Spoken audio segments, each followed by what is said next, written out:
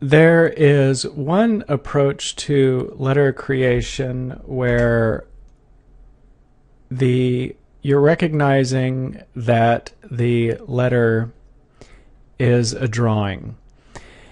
And you're not just embedding drawing and design elements into a letter. The letter is actually made up of these elements. So you're not like drawing pictures on the inside of the letter or on the sides of the letter or attaching pictures or anything like that. The pictures actually make up the letter.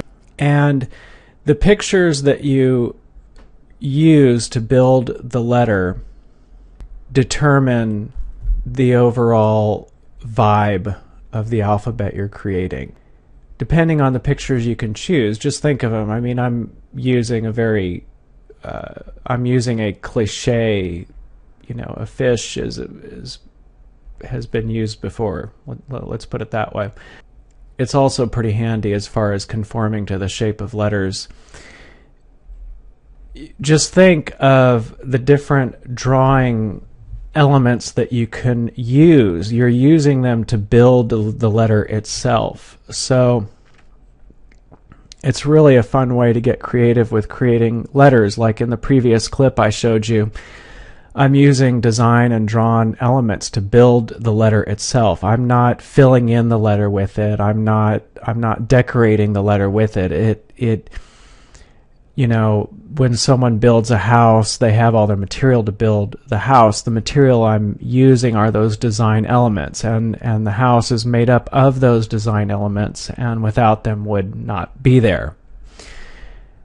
And this is one way of when you're setting out to create new fonts, this is really a great way to approach it.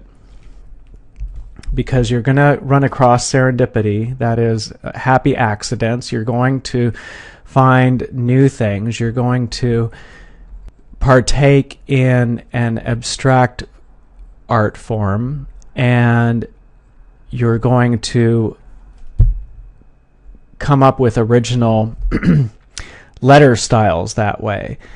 So it's a strategic approach to creating letters.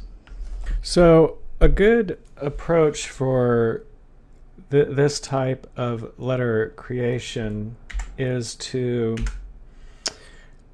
have a guideline, and that guideline could, be go ahead and write the words out that you want to draw, and I'm just using one letter here, and kind of at that time you can have an idea about the personality of the letters as far as perspective, like top of letter in size and shape compared to bottom of letter, so on and so forth. So you have a guideline, and then from there you can use that to follow along and start using design and drawing elements to construct the letter from the bottom up. And in your mind's eye, kind of imagine away the guidelines while you're drawing. So kind of look at what it will look like without those lines there, because you can always, as you're working, you can start to erase the guidelines and then just end up with the drawn elements. And one thing I'd like to point out, with this approach, you're not trying to complete a letter. It doesn't have to be totally filled in.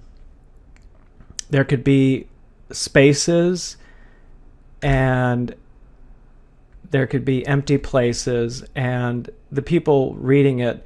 So these could be thought of as individual design elements here, just flocking together to give the impression of a letter. So as far as the boundaries of a letter, we're not having anything to do with that approach to letter drawing. So this could be one letter here, and then you could fill it in a little bit more or not, and improvise with this drawing pattern. It's helpful to approach this type of design forgetting sometimes that you're trying to draw letters. Just look at it purely for the drawing itself, and then you can come up with things that you might not have if you're just trying to make a letter.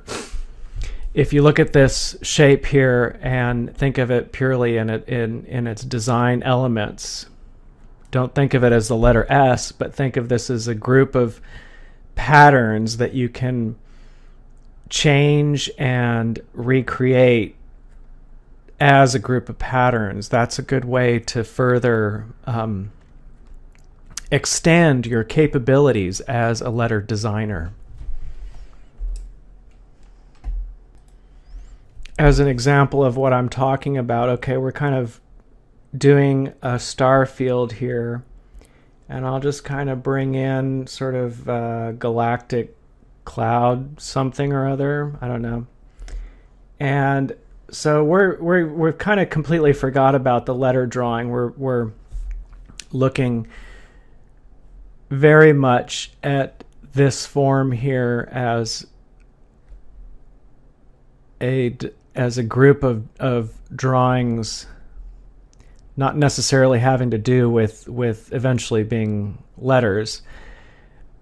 So you basically have the star elements and the cloud elements, and the way you can bring this cloud element into working with the letters again is that when it passes through letters, maybe at that time the cloud, becomes thicker here and then drops off or appears optically to fall back in space when it's not passing through a letter, and then appears to move forward in space when it's passing through a letter, as an example.